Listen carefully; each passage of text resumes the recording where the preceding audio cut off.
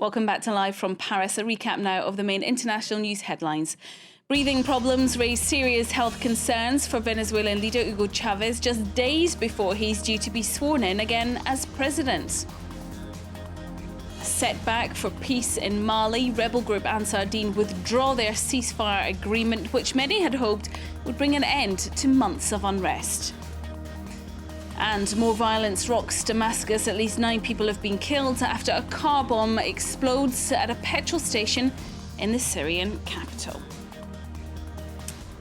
Well, let's take a look now at what's making the front pages in the French press this Friday. Florence Villemot is here with me in the studio, and a lot of them are actually looking at the government's plans post-Christmas. That's right. It's back to work, according to Le Monde. In France, they call it la rentrée.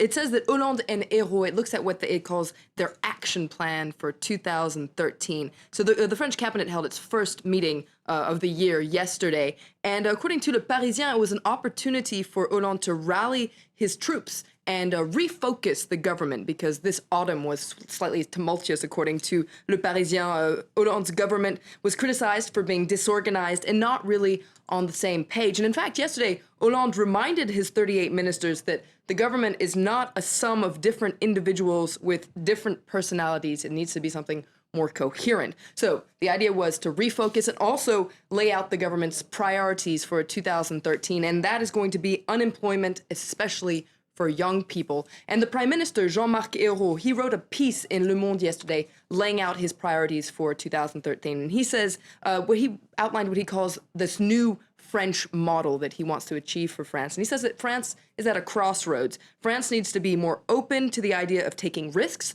to economic and social innovation, as well as to business and artistic creation. So slightly different change in tone there for the Prime Minister. Okay, so a new year means a fresh start for the government and a fresh communication strategy as well. That's right. Le Monde also points out that a famous journalist and TV presenter named Claude Sérillon, now he's been named special advisor to the president, conseiller. No, it's a kind of an obscure title, but basically what he's in charge of is Hollande's communication strategy and coordination with the Prime Minister and the cabinet. And Les Echos, in their editorial, the Business Daily, they say that Sérillon's arrival is no coincidence. He's there to smooth out the president's public image, which isn't in the best of shape. Now, at the beginning of his term, Les Echos points out that Hollande was so desperate he was so afraid of being compared to Nicolas Sarkozy. He wanted to seem normal and everything, but he tripped up and made some PR faux pas. But Les Echos points out that those days are over because Sérillon is here. Sérillon is also there to make the cabinet look better,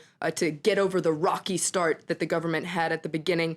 So 2013, fresh start. It all started yesterday. Les Echos points out that the very first cabinet meeting was a very orchestrated event to show that the government is very united. Libération goes even further, says that Sérillon has come to the rescue and quotes some advisors that say that PR was the missing ingredient up until now for the government. But Libération points out that there's some skepticism as to whether he'll really make a difference.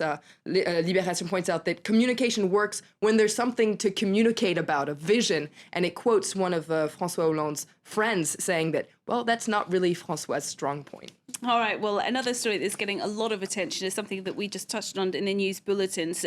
Yesterday, Russian President Vladimir Putin granted French actor Gérard Depardieu Russian citizenship. Now, this is obviously fairly controversial and it's getting plenty of attention. That's right. It's on the front page of Le Figaro today. They call it l'affaire Depardieu, and you see Depardieu and Vladimir Putin there. And they say that this is an insult that Putin had towards Hollande. So just to give you a little bit of context to remind you, last month, Depardieu said he was leaving France and moving to Belgium because of Hollande's high tax rates. Now, the government said this decision of his was pathetic. Depardieu got upset and said he was actually going to renounce his French citizenship and try to become a Belgian. Turns out he's going to be able to become Russian, so it's gotten pretty dramatic. Le Figaro says all this is turning into a bad comedy. In their editorial, they say that Hollande probably didn't realize that this high tax rate of his was going to have such a global reach, but this comedy is getting cringeworthy, according to Le Figaro. France is becoming the laughingstock of the world, and Putin isn't the first one to insult Hollande.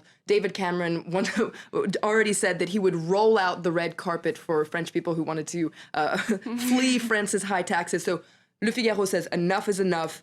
Hollande needs to back down because all this is getting very ridiculous. Florence, thank you very much indeed.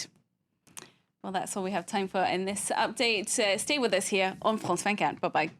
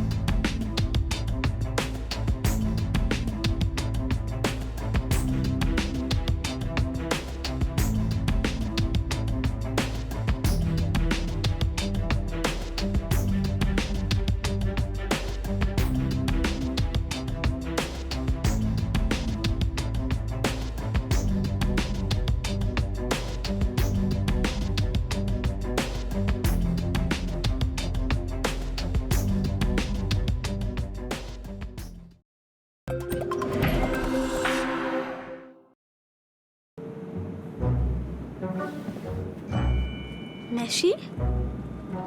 Hey, kid. Kobe Bryant?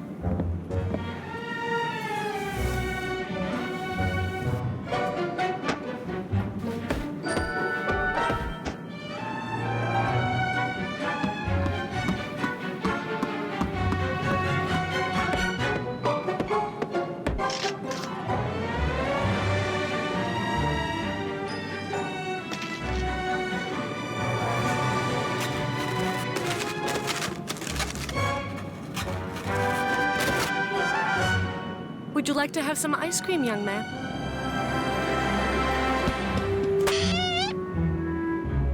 Ice cream? Two. The best fly with Europe's best airline. Turkish Airlines.